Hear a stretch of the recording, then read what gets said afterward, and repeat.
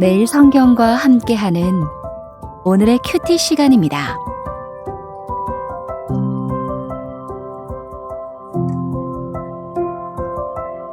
(12월 29일) 오늘의 말씀은 요한이서 1장 7절에서 13절입니다.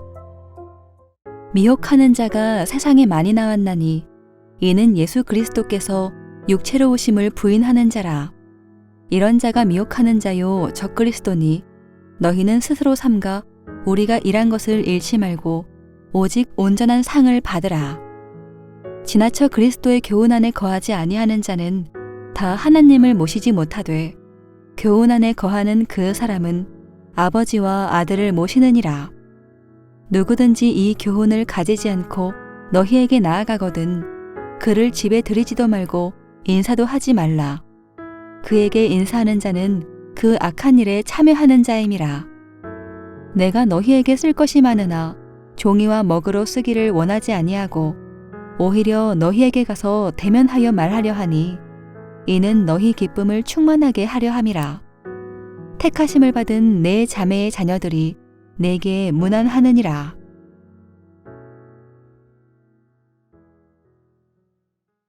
요한이서 앞부분은 서로 사랑하라는 계명을 잘 지키고 있는 교회 공동체를 향한 칭찬이 주를 이루었습니다. 하지만 이 편지의 근본적인 목적은 오늘 본문에서 다루고 있는 것처럼 그리스도의 교훈 안에 거하지 않는 자를 교회 공동체 안으로 받아들이지 말라는 것입니다. 요한서 신에는 공통적으로 예수 그리스도께서 육체로 오심을 부인하는 사람이 등장합니다. 이처럼 예수님의 인성을 부정하는 사람들이 다른 곳에서 들어온 곳이 아니라 교회 공동체 안에서 시작되었습니다. 그들은 자신들의 주장을 강력하게 외쳤고 예수님의 신성과 인성에 대한 건강하고 균형 잡힌 시각을 잃게 만들었습니다. 이들이 가지고 있던 생각의 저변에는 이원론적인 생각이 깔려 있는데 인간의 육체는 저급하고 영혼은 고귀하다는 인식이 있었던 듯합니다. 요한서 신에는 이들의 주장이 분명하게 나타나지는 않으나 초대교회에 있었던 이단의 영향을 살펴보건대 이러한 짐작이 크게 틀리지 않아 보입니다. 당시의 이단적인 가르침에 대해서 잠깐 언급해보면 그들은 인간 예수와 그리스도는 동일한 존재가 아닌 분리된 존재로 인식했습니다. 그리스도는 한 번도 육체로 이 땅에 온 적이 없다고 그들은 생각했습니다. 그리스도는 영으로 인간 예수의 몸에 세례를 통해 들어왔고 십자가 처형 이전에 그 몸을 빠져나왔다고 주장했습니다. 그래서 그리스도는 고난을 받은 적이 없었고 인간 예수는 하나님의 아들이 아니라고 생각했습니다. 그들이 생각한 인간의 죄는 무지였고 따라서 지식은 구원을 받을 중요한 수단이 되었기에 십자가는 필요 없다고 여겼습니다. 이러한 이단적인 가르침은 훗날 영지주의라는 사상으로 변천됩니다.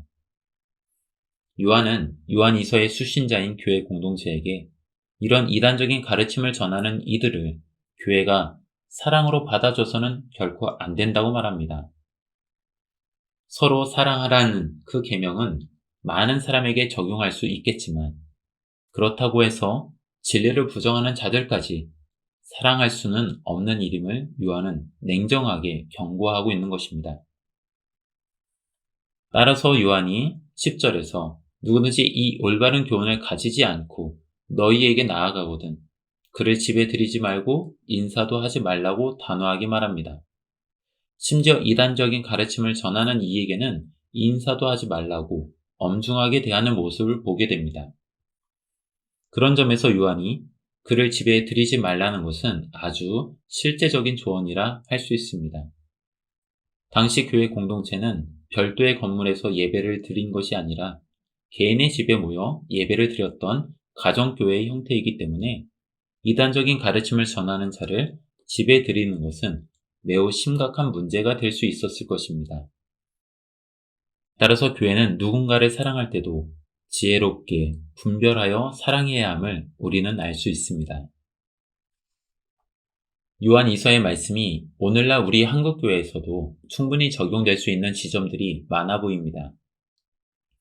우리 사회 안에 이미 다양한 이단들이 존재하고 있고 그 이단들은 불신자를 전도하기보다는 기존 교회의 성도들을 회유하기 때문입니다.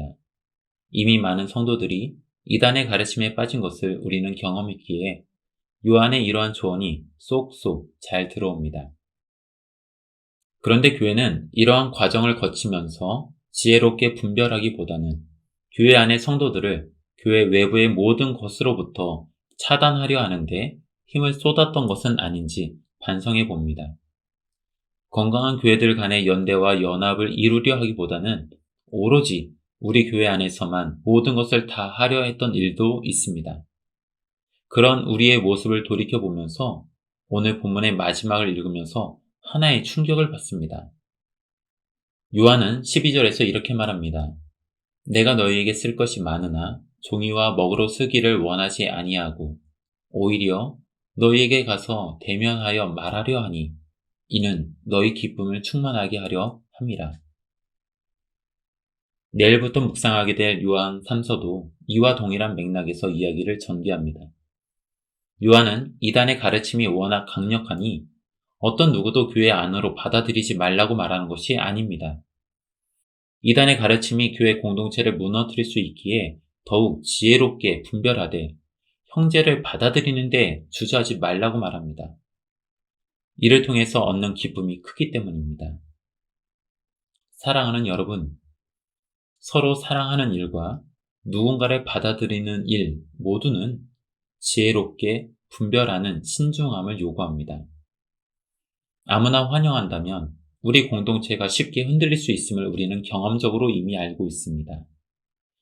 그렇다고 공동체가 흔들릴 것을 두려워한 나머지 아무도 환영하지 않는다면 그들을 통해 누릴 수 있는 기쁨은 얻지 못할 것입니다. 우리는 사회의 다양한 변화 속에 놓여 있습니다. 이런 상황에서 교회는 서로 연합하고 연대하여 다가오는 문제를 극복해야 합니다. 다만 이러한 연합과 연대가 정치적인 자리 하나를 더 만들어내는 문화가 되지는 않았으면 합니다. 진실하게 믿음의 형제들이 서로 사랑하는 자리가 되기를 바라봅니다. 두렵다고 혼자 모든 것을 다 감당하다가 지치지 말고 건강한 교회들이 서로 연합하고 연대하여 말씀으로 세상을 바꿔나가는 큰 기쁨을 누려보기를 간절히 소망합니다. 함께 기도하겠습니다. 주님, 우리 모든 성도와 교회들이 서로 사랑하는 말씀 안에서 서로 응원해주고 서로 지지해주고 서로를 격려해주기를 소원해 봅니다. 혹여 이 사회에 존재하는 수많은 이단들 때문에 우리의 연합과 연대가 약해지지 않도록 우리에게 지혜롭게 분별할 수 있는 신중함을 허락하여 주옵소서.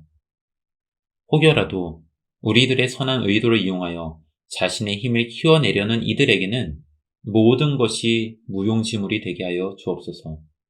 예수님의 이름으로 기도드립니다. 아멘.